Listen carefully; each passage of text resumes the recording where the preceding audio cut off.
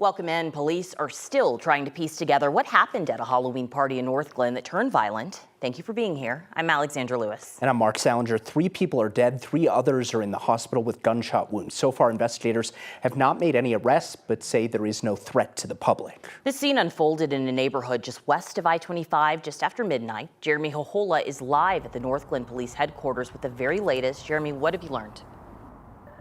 Well, just hours before this happened, kids were trick-or-treating right in that neighborhood. Then around midnight, neighbors heard multiple gunshots. Police believe those multiple gunshots came from multiple shooters at that Halloween party. Now, out of the 6 people who have been shot, 3 of them are dead. This violence erupted in a usually quiet neighborhood. At the center of this was a house. Inside that house, a Halloween party just west of I-25 and 104th Avenue. Neighbors describe hearing what they thought were fireworks. Then they heard screaming, police sirens, and ambulances. When officers arrived at the home, they found 1 person dead. 5 others were rushed by ambulance. 2 of them died at the hospital.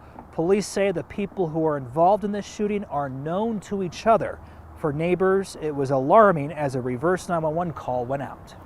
And it really just unfolded super quick after that. I mean, I heard screaming, and then there's the phones ringing. We had a reverse 911 call, and they just said, you know, there's an incident going on, seek shelter in place. Never in a million years have ever had anything like that happen. I'm thinking, no, fireworks, people want to celebrate, that's okay, but never anything like that. So it's sad. You know, and now finding out that 3 people passed, like, that's heartbreaking because we were just out here. And police so far have not made any arrests, but they say there is no danger to the public. There are other active scenes connected to this shooting. Tonight at 5, we hear from one man who had nothing to do with this, who was caught up with the investigation. We'll have more on that at 5 o'clock on 9 News. Live in Northglenn, Jeremy Hohola, 9 News. Scary scene on Halloween night. Jeremy, thank you. A teenager will spend at least 40 years in prison for shooting a woman named Pamela Cabriales in 2021. She was murdered after a minor car accident on Colfax. Remy Cordova was 14 years old when he killed her. Despite his age, Denver District Attorney Beth McCann tried him as an adult in this case. Kevin Vaughn from our 9 News Investigates was in court today when this verdict was read. Kevin, it took the jury some time to make this decision. Alex and Mark, the jury got the case on Tuesday and spent parts of 4 days deliberating. Late this morning, they finally reached a verdict. She had her whole life ahead of her. He took her life. He took that from her. The murder of Pamela Cabriales shattered her family. He took her from us, from her son. A loss described by her brother, Alex. You know, he'll never be able to hug his mom, tell her I love her. It was February 2021 when Pamela Cabriales was shot down near Colfax and I-25, moments after her car bumped into another vehicle on a slick road. Friday afternoon in a Denver courtroom, there was a measure of justice, guilty verdicts for first and second degree murder and attempted murder for Remy Cordova, and comfort for Alex Cabriales. You do get a sense of relief that other people might not have to go through what our family went through. And what it's still going through, left with only memories. I think about how she lived for her son. You know, she had just bought her first home and she was doing everything for her son to give him a better future, a better life. Cordova is set to be formally sentenced on December 12th. The man whose car Cabriales bumped into was convicted of second-degree murder and other charges last year. He's serving a 35-year prison sentence. Live in the newsroom, Kevin Vaughn, 9 News. Kevin, thank you.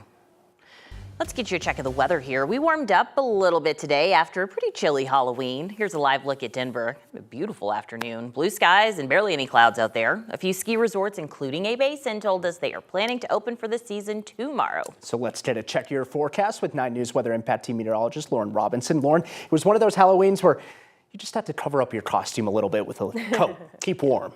Right, we're at that time of year where ski resorts and golf courses are both opened at the same time and people fighting to go to both. So we did track one of the warmest Octobers on record, the second warmest just barely by less than a degree. So we made it to 59.1 degrees on average for the month. Second warmest October following the warmest September that we've had. So we're going to continue to watch for warmer weather over the next couple of days before a couple of wintry systems move in next week.